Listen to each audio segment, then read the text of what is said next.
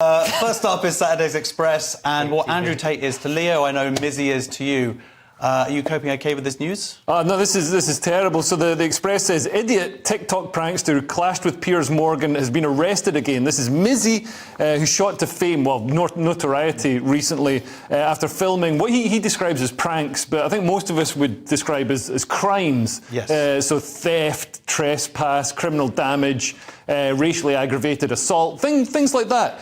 Some of them are really nasty, like stealing an old woman's dog, and he's been pushing over Orthodox Jews. Yeah, which is, you know, it's all pretty sort of nasty. The worst clip was that young going up to that girl saying, "Do you want to die?" And well, this is where I think he gets a pass, because most of his targets are the people who support all the things that have made society amenable to stuff like this. Because you'll notice nobody confronts him. Hardly anybody confronts him. So he's doing all this terrible stuff. It's all these like wispy white middle class people who probably post, you know, Black Lives Matter and call everybody racist all the time. And they're the people who've created this environment where nobody can stand up to him because they'll be accused of racism. And also, the police, as Mizzy himself said in the Piers Morgan interview, UK laws are weak. And he's absolutely right. So the police, we've got this two-tier system where he's a protected characteristic. Except for the fact, Nick, sorry, is that he has been arrested, right? So it's not that. Oh, eventually. And he was arrested the first time and just, like, what, a £200 fine? That's